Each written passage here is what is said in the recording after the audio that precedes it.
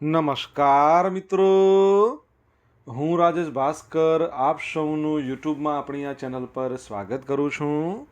મિત્રો, આજે આપણે તારીખ 17મી મે 2024ના કેટલાક મોસ્ટ ઇમ્પોર્ટન્ટ કરંટ અફેર અને અગાઉની પરીક્ષામાં પૂછાયેલા કેટલાક ઇમ્પોર્ટન્ટ પ્રશ્નો વિશે ડિટેલમાં ચર્ચા કરીશું, જે આપને આવનારી પરીક્ષા માટે ખૂબ જ ઉપયોગી સાબિત થશે.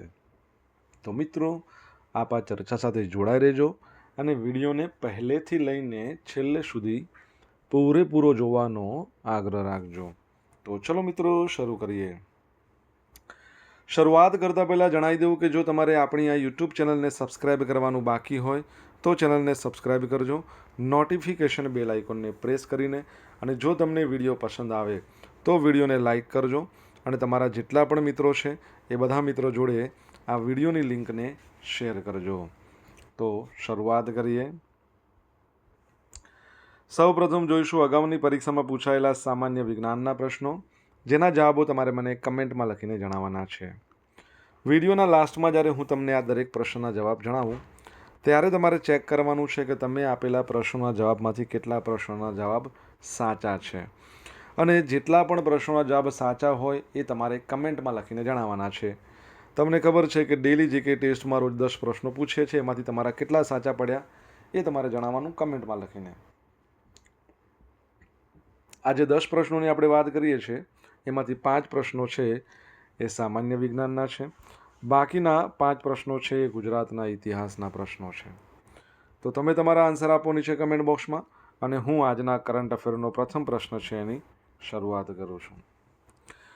આજનો પ્રથમ પ્રશ્ન તાજેતરમાં આવેલા centre for world university rankings report 2024 મુજબ ભારતની શ્રેષ્ઠ પ્રદર્શન કરતી સંસ્થા કઈ છે? તો જવાબ આવશે IIM અમદાવાદ. કઈ છે? IIM અમદાવાદ છે.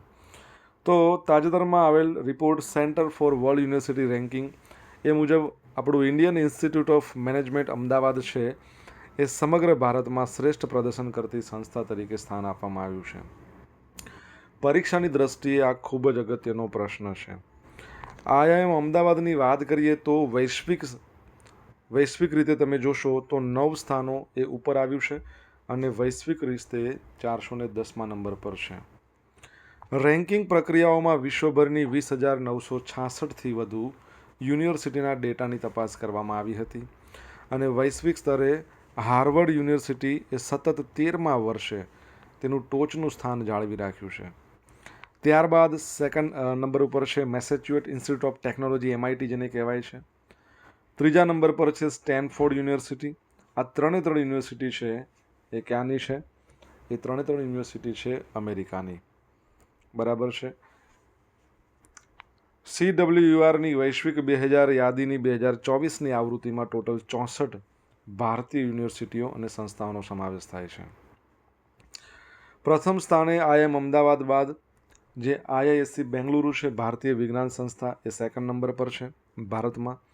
ત્રીજા નંબર પર IIT બોમ્બે છે. સેન્ટર ફોર વર્લ્ડ યુનિવર્સિટી રેન્કિંગની સ્થાપના 2012માં નદીમ મહાસેન દ્વારા કરવામાં આવી હતી, જે વૈશ્વિક યુનિવર્સિટી પ્રદર્શન પર ધ્યાન કેન્દ્રિત કરે છે. IIM અમદાવાદની જો વાત કરીએ ને તો 1961માં એની સ્થાપના થઈ હતી. એના ચેરમેન છે પંકજ પટેલ અને ડિરેક્ટર છે, એમનું નામ છે ભરત ભાસ્કર. તમારા માટે પ્રશ્ન એ છે કે IIM અમદાવાદ છે એની સ્થાપના ચલો 1961માં થઈ, એની ડિઝાઇન, એના આર્કિટેક્ચર કોણ હતા? જો તમને ખબર હોય તો કમેન્ટ બોક્સમાં લખીને જણાવો. દર વર્ષે world telecommunication and information society day ક્યારે ઉજવવામાં આવે છે? તો આજનો દિવસ એટલે કે 17મી મેના રોજ. તો દર વર્ષે 17મી મેના રોજ world telecommunication and information society day ઉજવવામાં આવે છે. આ દિવસ પ્રથમ આંતરરાષ્ટ્રીય ટેલિગ્રાફ સંમેલન પર હસ્તાક્ષર કરવાની આંતરરાષ્ટ્રીય ટેલિકોમ્યુનિકેશન યુનિયનની જે સ્થાપનાની વર્ષગાંઠની ઉજવણી કરે છે. તેનો ઉદ્દેશ વિશ્વના વિવિધ સમાજો, અર્થતંત્રોમાં ઇન્ટરનેટ અને ઇન્ફોર્મેશન એન્ડ કમ્યુનિકેશન ટેકનોલોજીના ઉપયોગ અંગે જાગૃતિ પેદા કરવાની છે. ઇન્ટરનેશનલ ટેલિકમ્યુનિકેશન યુનિયન એના દ્વારા 1969થી આ દિવસની ઉજવણી કરવામાં આવે છે. આ વર્ષની એટલે 2024ની આની જે થીમ છે એ છે ટકાઉ વિકાસ માટે digital innovation.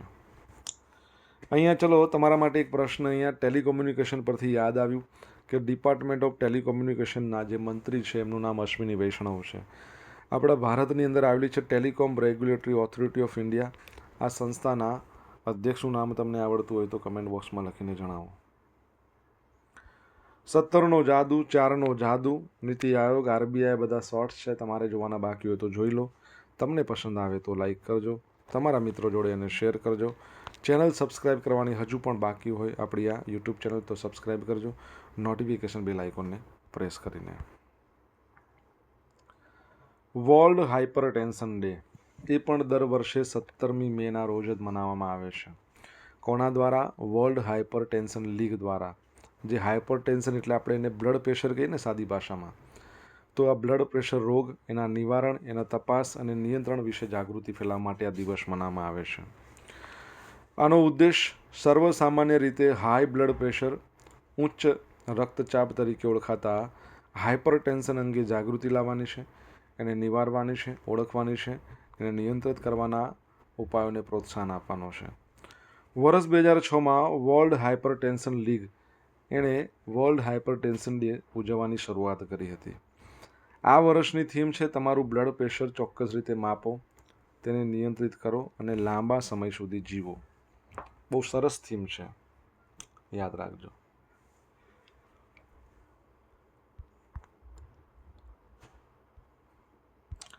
Work trends index 2024 Microsoft અને લિંક્ડઇન એના દ્વારા 2024નો વર્ક ટ્રેન્ડ્સ ઇન્ડેક્સ છે એ વાર્ષિક અહેવાલ જાહેર કરવામાં આવ્યો. આ અહેવાલ મુજબ છેલ્લા 6 મહિનામાં એઆઈનો ઉપયોગ લગભગ બમણો થઈ ગયો છે. કાર્યસ્થળમાં એઆઈના ઉપયોગમાં નોંધપાત્ર વધારો થયો છે અને જેથી એઆઈનું કૌશલ્ય ધરાવતા લોકોની જરૂરિયાતમાં વધારો થયો છે. આ સાથે વૈશ્વિક સ્તરે 75% નોલેજ વર્કર્સ હવે તેમના રોજિંદા કાર્યોમાં એઆઈનો સમાવેશ કરે છે. 55% નેતૃત્વ કરતા એઆઈ સંબંધિત ભૂમિકાઓ, ખાસ કરીને સાયબર સુરક્ષા, એન્જિનિયરિંગ, સર્જનાત્મક ડિઝાઇનમાં કાર્ય કૌશલ માટે પૂરતી પ્રતિભા શોધવા એ અંગે ચિંતિત છે, જે નોંધપાત્ર કૌશલ્ય અંતર દર્શાવે છે. તમને ખબર છે માઇક્રોસોફ્ટ દ્વારા એક એઆઈ ટૂલ બનાવવામાં આવ્યું હતું જે ઇમેજને વિડીયોમાં કન્વર્ટ કરે. તમે ઇમેજ આપો અને તમે ઓડિયો નાખો એટલે તમને એ વિડીયો બનાવીને આપે. તમને ખબર હોય એનું નામ તો તમે જણાવી શકો છો. માઇક્રોસોફ્ટની સ્થાપના બિલ ગેટ્સ અને પોલ એલન દ્વારા કરવામાં આવી હતી. બરાબર છે, આ યાદ રાખજો. આગળ વધીએ આપણે. એના જે CEO છે ને એ સત્ય નાંડેલા છે, ભારતીય મૂળના માઇક્રોસોફ્ટના, એ પણ યાદ રાખજો. મિત્રો, વિડીયો પસંદ આવ્યો તો વિડીયોને લાઇક કરો, તમારા મિત્રો જોડે શેર કરો. આપણી બંને યુટ્યુબ ચેનલ રાજેશ ભાસ્કર 2ને સબસ્ક્રાઇબ કરવાનું બાકી હોય તો સબસ્ક્રાઇબ કરો, નોટિફિકેશન બેલ આઇકોનને પ્રેસ કરીને. જો તમારે ડેલી કરંટ અફેરની PDF જોઈતી હોય તો તમારે ટેલિગ્રામ ચેનલ છે આપણી, એને જોઈન કરજો. ત્યાં તમને ડેલી કરંટ અફેર PDF મળશે. સાથે સાથે તમને પોલ્સ પણ રમવા મળશે.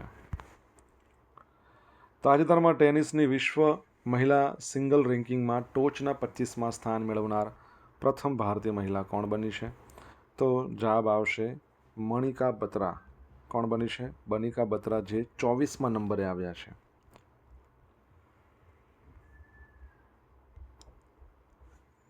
ભારતની મહિલા ટેબલ ટેનિસ ખેલાડી છે મણિકા બત્રા. વિશ્વ મહિલા સિંગલ રેન્કિંગમાં ટોચના 25માં સ્થાન મેળવનાર પ્રથમ ભારતીય મહિલા પેડલર બન્યા છે. ગયા અઠવાડિયે સાઉદી સ્મેશમાં એમણે સફળતાને પગલે એમણે કારકિર્દીના 24મા નંબરના રેન્કિંગ પર પહોંચ્યા છે. તેમણે ટેબલ ટેનિસમાં ભારતીય દ્વારા હાંસલ કરેલ સર્વોચ્ચ રેન્ક માટે જી સાથિયાનનો 5 વર્ષ જૂનો રેકોર્ડ પણ તોડ્યો છે. તમને ખબર છે ને કે આ વર્ષે પેરિસમાં જે યોજાવાના છે ઓલિમ્પિક, સમર ઓલિમ્પિક, એમાં આપણા ભારતના ધ્વજવાહક છે એ પણ એક ટેબલ ટેનિસ ખેલાડી છે. શું નામ છે એમનું? શરથ કમલ. યાદ રાખજો.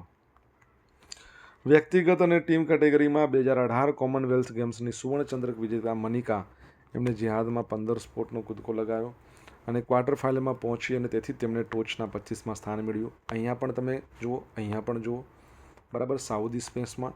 અને બીજું હા બસ, તો એ જ યાદ રાખજો. ઓકે. તમારા માટે એક પ્રશ્ન, આ તો આપણે ટેબલ ટેનિસની વાત કરીએ. તમને ખબર છે એક ટેનિસના આપણા ખેલાડી છે જેઓ ઓસ્ટ્રેલિયન ઓપન જીત્યા ડબલ્સની અંદર, મેન્સ ડબલ્સમાં, અને 44 વર્ષની એજ છે અને નંબર 1 બન્યા છે મેન્સ ડબલ્સમાં. નામ યાદ આવતું હોય તો કમેન્ટ બોક્સમાં લખીને જણાવી શકો. અને આપણા ભારતના મહિલા એ પણ દિવ્યાંગ ટેબલ ટેનિસ ખેલાડી ભાવિનાબેન પટેલ, તમને ખ્યાલ હોય તો ટોક્યો ઓલિમ્પિક્સમાં તેઓ સિલ્વર મેડલ લાવ્યા હતા. તાજેતરમાં સમાચારમાં રહેલ ડ્રોન દીદી યોજના ક્યારે લોન્ચ કરવામાં આવી હતી? તો જવાબ આવશે 11મી માર્ચ 2024ના રોજ.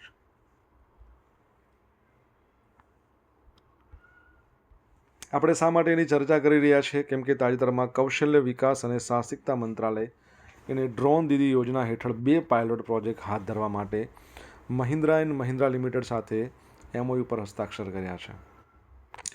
આ ભાગીદારી હેઠળ MSDE અને મહિન્દ્રા એન્ડ મહિન્દ્રા હૈદરાબાદ અને નોઈડામાં સ્થિત જે એની નેશનલ સ્કિલ ટ્રેનિંગ ઇન્સ્ટિટ્યૂટ છે ત્યાં 2 પાયલોટ પ્રોજેક્ટ હાથ ધરશે, જેમાં પ્રત્યેકમાં 20 મહિલાઓની વિશિષ્ટ બેચમાં 500 મહિલાઓને કૌશલ્ય આપવામાં આવશે. હવે આ પાયલોટ પ્રોજેક્ટમાં શીખવા અને પરિણામો જે MSDને સમગ્ર દેશમાં ઓળખાયેલી જે NTSIs, ITs એના પર ડ્રોન દીદી યોજના લાગુ કરવામાં મદદ કરશે. બરાબર છે. ડ્રોન દીદી યોજનાની વાત કરીએ, 11મી માર્ચ 2024માં લોન્ચ થઈ. આ યોજનાનો હેતુ પસંદગી કરાયેલ 15,000 મહિલા સ્વયં સહાય જૂથો છે એમને ડ્રોન પ્રદાન કરવાનો છે. યોજનાનો સમયગાળો 2023-24થી 25-26નો છે. કૃષિલક્ષી હેતુઓ માટે 18 વર્ષ કે તેથી વધુ ઉંમર ધરાવતા સ્વયં સહાય જૂથના લાયકાત ધરાવતા સભ્યો 5 દિવસીય ડ્રોન પાયલોટ ટ્રેનિંગ એમને આપવામાં આવશે. વધારાની 10 દિવસ એટલે ટોટલ 15 દિવસની તાલીમ આપવામાં આવશે. ડ્રોનની વાત કરું, તમને ખબર છે કે ભારતમાં અને પરંતુ સમગ્ર વિશ્વમાં ડ્રોન દિવસ ક્યારે ઉજવવામાં આવે છે? રિસન્ટલી તમને ખ્યાલ હોય તો આપણે ભણ્યા હતા કે ભારતે અમેરિકા પાસેથી 30 ડ્રોન ખરીદ્યા છે, એટલે કે ખરીદવાના છે. બરાબર છે. સી ગાર્ડિયન વેરિયન્ટ, એનું નામ શું છે? આ ઉપરાંત એક ફ્લાઇંગ વેજ ડિફેન્સ સિસ્ટમ કરીને એક સંસ્થા છે, એક કંપની છે, જેણે ભારતનું પ્રથમ બોમ્બર વિકસાવ્યું છે FWD-200B નામનું. તો એ પણ તમારે યાદ રાખવાનું છે. આગળ વધીએ આપણે. ડ્રોનની વાત કરીએ ને તો તમને એ પણ ખબર હોવી જોઈએ ભારતમાં પ્રથમ ડ્રોન ડિલિવરી હબ મેઘાલયમાં બનાવવામાં આવશે. ડ્રોન ટેસ્ટિંગ માટેનું સેન્ટર તમિલનાડુમાં, અને કચ્છમાં ડ્રોનથી ટપાલ મોકલવાનું એક પરીક્ષણ કરવામાં આવ્યું. ભારતનું પ્રથમ 5G ડ્રોન સ્કાયહોક છે. ભારતમાં પ્રથમ તમને એવું પૂછે કે પેસેન્જર ડ્રોન કયું, તો વરુણ છે. એ બધી વાત યાદ રાખજો. સિંગાપોરના નવા વડાપ્રધાન બન્યા છે, એમનું નામ છે લોરેન્સ વોંગ. તો તેઓ સિંગાપુરના ડેપ્યુટી લીડર હતા અને હવે 4થા વડાપ્રધાન બન્યા. અત્યાર સુધીમાં સિંગાપુરમાં 3 વડાપ્રધાન હતા, 4થા બન્યા છે. 51 વર્ષની એમની એજ છે અને અમેરિકાથી ભણેલા છે, અર્થશાસ્ત્રી છે. હવે તેઓ 72 વર્ષના જે લી શેન લુંગ છે ને એમનું સ્થાન લેશે, જેમણે 2 દાયકાના શુકાન પછી પદ છોડ્યું છે. 20 વર્ષ તેઓ PM રહ્યા. વોંગની વાત કરીએ તો સિવિલ સર્વન્ટમાંથી રાજકારણી બન્યા છે. લગભગ 60 લાખ લોકોના નાના રાષ્ટ્રમાં COVID-19 સામેની સફળ લડતનું સંકલન કરતી વખતે તેઓ પ્રસિદ્ધિ પામ્યા અને તેઓ વરિષ્ઠ મંત્રી તરીકે ચાલુ રહેશે, જે તમામ ભૂતપૂર્વ પ્રીમિયર્સ દ્વારા અપનાવવામાં આવેલ માર્ગ છે. 1962માં સ્વતંત્ર રાષ્ટ્ર બન્યું હતું સિંગાપોર, અને સિંગાપોરમાં માત્ર 3 જ વડાપ્રધાનો રહ્યા છે અને બધા જ શાસક પીપલ્સ એક્શન પાર્ટીના છે. આમણે 4થા બન્યા.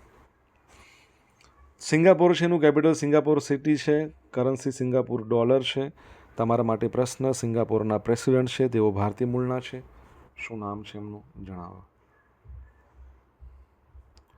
સોશિયલ મીડિયાના માધ્યમથી મારી જોડે તમે કનેક્ટ રહી શકો છો. મારું ઇન્સ્ટા આઈડી છે rajesh.i.bhaskar, મારું ફેસબુક આઈડી છે RI ભાસ્કર, અને મારું ટેલિગ્રામ આઈડી છે, એટલે કે ટેલિગ્રામ ચેનલ રાજેશ ભાસ્કર છે. અહીંયા તમને ડેલી કરંટ અફેરની PDF મળશે અને પોલ્સ રમવા મળશે. અને જો ભણવાની મજા આવી હોય તો વિડીયોને લાઇક કરો, તમારા મિત્રો જોડે વિડીયોને શેર કરો.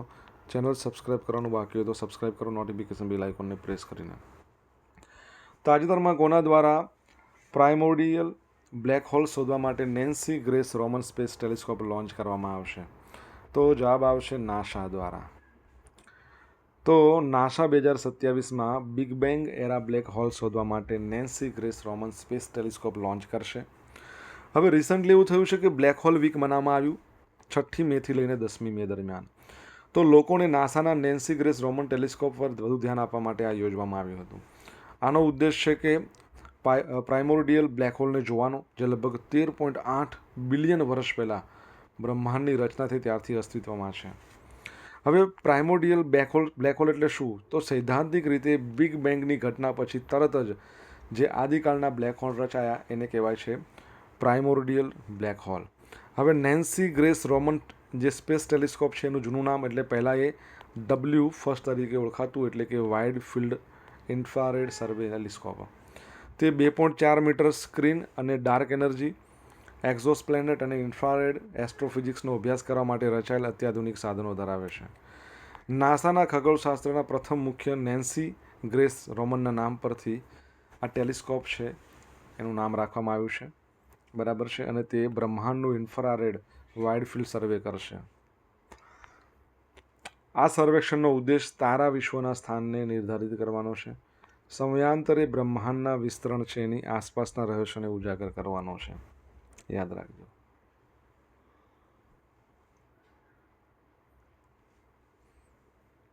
નાસાની વાત કરી છે. નાસાની સ્થાપના 29 જુલાઈ 1958 હેડક્વાર્ટર છે વોશિંગ્ટન DC. એના પ્રશાસકનું નામ છે બિલ નેલ્સનને, અને for the benefit of all એનો મુદ્રાલેખ છે. તમને ખબર છે આપણે ગઈકાલે ભણ્યા હતા, નાસા છે ને એ ચંદ્ર ઉપર રેલવે સિસ્ટમ બનાવવાનું છે. નાસા અને ભારત દ્વારા સંયુક્ત રીતે એક બનાવવામાં આવ્યો છે ઉપગ્રહ, જેનું નામ નિસાર છે. તમારે એનું પૂર્ણ નામ જણાવવાનું છે જો આવડતું હોય તો. Bhishma portable hospital. તો ભારતીય વાયુસેનાએ આગ્રા અને ઉત્તર પ્રદેશમાં, એટલે કે આગ્રા ઉત્તર પ્રદેશમાં એરડ્રોપ કરી આરોગ્ય મૈત્રી ક્યુબ, જેનું નામ છે ભીષ્મ પોર્ટેબલ હોસ્પિટલ, એના ક્ષેત્ર પરીક્ષણ હાથ ધર્યા. આનો ઉદ્દેશ કટોકટી દરમિયાન ઝડપી તબીબી પ્રતિભાવ ક્ષમતા વધારવાનો છે. ભીષ્મનું પૂરું નામ ભારત હેલ્થ ઇનિશિયેટિવ ફોર સહયોગ, હિત અને મૈત્રી. આ પ્રોજેક્ટ એકસાથે 200 જાનહાનિનું સંચાલન કરવા માટે રચાયેલ છે, જે આપત્તિના જોખમો સંજોગોમાં ઝડપી વિસ્તૃત તબીબી સંભાળ પર ધ્યાન આપે છે. એર ડ્રોપેબલ હોવા ઉપરાંત ભીષ્મ એ ક્યુબ મજબૂત, વોટરપ્રૂફ, ઓછા વજનનો છે, જે ઝડપી એટલે કે 12 મિનિટમાં સેટઅપને સક્ષમ કરે છે. વાયુસેનાની વાત કરી. વાયુસેના છે એના ચીફનું નામ તમને આવડતું હોય તો તમે કહો. વાયુસેના દિવસ 8 ઓક્ટોબર વાયુસેનાના વાઇસ ચીફ છે, એમનું નામ શું છે? તો એમનું નામ છે અમરપ્રીત સિંહ, અને એનો મુદ્રાલેખ છે touch the sky with glory, ગૌરવ સાથે આકાશને સ્પર્શ કરવો, નવમ પ્રસન્ન દીપ્તમ. યાદ રાખજો. હવે જોશું અગાઉની પરીક્ષામાં પૂછાયેલા સામાન્ય વિજ્ઞાનના પ્રશ્નો. પહેલો પ્રશ્ન, સૂર્યના પરિભ્રમણમાં સૌથી વધારે સમય નીચેનામાંથી કોને લાગે છે? તો નેપચ્યુનને. પેન્સિલમાં લખવા માટે શાનો ઉપયોગ થાય છે? ગ્રેફાઇટ. પિત્તળ હવામાં કયા ગેસને કારણે રંગવિહીન થઈ જાય છે? Hydrogen sulphide. બેકિંગ સોડા શું છે? તો sodium bicarbonate. CFC chlorofluoro carbon ગેસના ઉત્પાદન માટે પ્રતિબંધ મૂકવા માટેની માંગ કરવામાં આવી હતી. તેનો ઉપયોગ શેમાં કરવામાં આવતો હતો? તો રેફ્રિજરેટરમાં. હવે મિત્રો જોઈશું અગાઉની પરીક્ષામાં પૂછાયેલા ગુજરાતના ઇતિહાસના પ્રશ્નો. પહેલો પ્રશ્ન, શ્રીમદ હેમચંદ્રાચાર્યના ગ્રંથનું કયા રાજવીએ જાહેર સન્માન કર્યું હતું? તો સિદ્ધરાજ જયસિંહે. આમાં કોણ એક હરોળમાં ન બેસી શકે? તો પ્રબોધ રાવળ, કેમ કે આ બધા CM છે ગુજરાતના, પૂર્વ CM. સૂર્યપુત્ર પુસ્તકમાં કેન્દ્ર સ્થાને કોણ છે? ચિમનભાઈ પટેલ, પૂર્વ CM આપણા. ગુજરાતના કયા મુખ્યમંત્રીનું હોદ્દા પર હતા ત્યારે વિમાની અકસ્માતમાં મૃત્યુ થયું હતું? તો બળવંતરાય મહેતા. ભારત પાકિસ્તાનનું યુદ્ધ હતું, કચ્છ નજીક સુથરી ગામે એમનું અવસાન થયું. છેલ્લો કટોરો ઝેરનો બાપુ, આ કોણે ગાયું છે? ઝવેરચંદ મેઘાણી, જેમને ગાંધીજીએ રાષ્ટ્રીય શાયર કીધા છે. હવે જોઈશું ગઈકાલે પૂછેલા પ્રશ્નો જવાબ. પહેલો પ્રશ્ન, ભારત પ્રથમ વખત 77માં કાન્સ ફિલ્મ ફેસ્ટિવલમાં ભારત પર્વ છે એનું આયોજન કરશે. એની ડિઝાઇન કોણે કરી છે? National institute of design, Ahmedabad. તાજેતરમાં યોજાયેલ દોહા ડાયમંડ લીગ 2024માં નીરજ ચોપડાએ કયો મેડલ જીત્યો છે? સિલ્વર જીત્યો છે. હવે આજે પૂછેલા પ્રશ્નોના જવાબ જોઈ લઈએ. પહેલો પ્રશ્ન હતો IIM અમદાવાદ છે એના આર્કિટેક્ટનું નામ શું છે? તો લુઈસ કહાન અને BV દોશી. આમ તો લુઈસ કહાન એક તમે લખો તો પણ ચાલે, બંને ભેગા થઈને એની આર્કિટેક્ટ ડિઝાઇન તૈયાર કરી હતી. ટ્રાયના અધ્યક્ષનું નામ શું છે? અનિલ કુમાર લાહોટી. ત્રીજો પ્રશ્ન, માઇક્રોસોફ્ટે એક AI ટૂલ બનાવ્યું છે ઇમેજ ટુ વિડીયો કન્વર્ટ માટે, એનું નામ છે વાશા 1. બરાબર છે, યાદ રાખજો, વાશા 1. ચોથો પ્રશ્ન છે, કે ટેનિસની અંદર નંબર 1 ખેલાડી બન્યા છે મેન્સ ડબલ્સમાં. ભારતીય ખેલાડી છે રોહન બોપન્ના, કર્ણાટકના કુર્ગથી બિલોંગ કરે છે. આંતરરાષ્ટ્રીય ડ્રોન દિવસ ક્યારે મનાવવામાં આવે છે? મે મહિનાનો પહેલો શનિવાર, આંતરરાષ્ટ્રીય ડ્રોન દિવસ. છઠ્ઠો પ્રશ્ન છે, ભારત અમેરિકા જોડેથી MQ-9B નામના ડ્રોન ખરીદશે, 30 ડ્રોન ખરીદશે. સાતમો પ્રશ્ન, સિંગાપોરના પ્રેસિડેન્ટ જે ભારતીય મૂળના છે થર્મન ષણમુગરત્નમ. આઠમો પ્રશ્ન, નિશારનું ફૂલ ફોર્મ શું થાય છે? તો નાસા ઇસરો સિન્થેટિક અપેચર રડાર. અને 9મો નંબરનો પ્રશ્ન, વાયુસેનાના ચીફ છે એમનું નામ વિવેકરામ ચૌધરી છે. ઓકે, હવે મિત્રો જોશું ગઈકાલના કરંટ અફેરમાંથી પૂછેલા કેટલાક ઇમ્પોર્ટન્ટ પ્રશ્નો જેના જવાબો તમારે કમેન્ટ બોક્સમાં લખીને જણાવવાના છે. પહેલો પ્રશ્ન, તાજેતરમાં ભારતના 85મા નંબરના ચેસના ગ્રાન્ડ માસ્ટર કોણ બન્યા? સેકન્ડ પ્રશ્ન, તાજેતરમાં કયા દેશના અવકાશ સંશોધન સંસ્થાએ ચંદ્ર પર રેલવે સ્ટેશન બનાવવાની એની યોજનાનું અનાવરણ કર્યું છે? જો જવાબ આવડે તો કમેન્ટ બોક્સમાં લખીને જણાવજો. તો મિત્રો આ હતા આજના દિવસના મોસ્ટ ઇમ્પોર્ટન્ટ કરંટ અફેર. આશા રાખું બધાને ભણવાની મજા આવી હશે. મજા આવી હોય તો વિડીયોને લાઇક અને શેર કરજો. અને આની સાથે આપણે જોયા હતા અગાઉની પરીક્ષામાં પૂછાયેલા ઇમ્પોર્ટન્ટ પ્રશ્નો. લાઇક અને શેર કરજો. ચેનલ સબસ્ક્રાઇબ કરવાનું બાકી હોય બંને, રાજેશ ભાસ્કર 2 તો સબસ્ક્રાઇબ કરજો નોટિફિકેશન બેલ આઇકોનને પ્રેસ કરીને. તો મિત્રો thank you so much for watching this video. Have a nice day. જય હિન્દ, જય ભારત.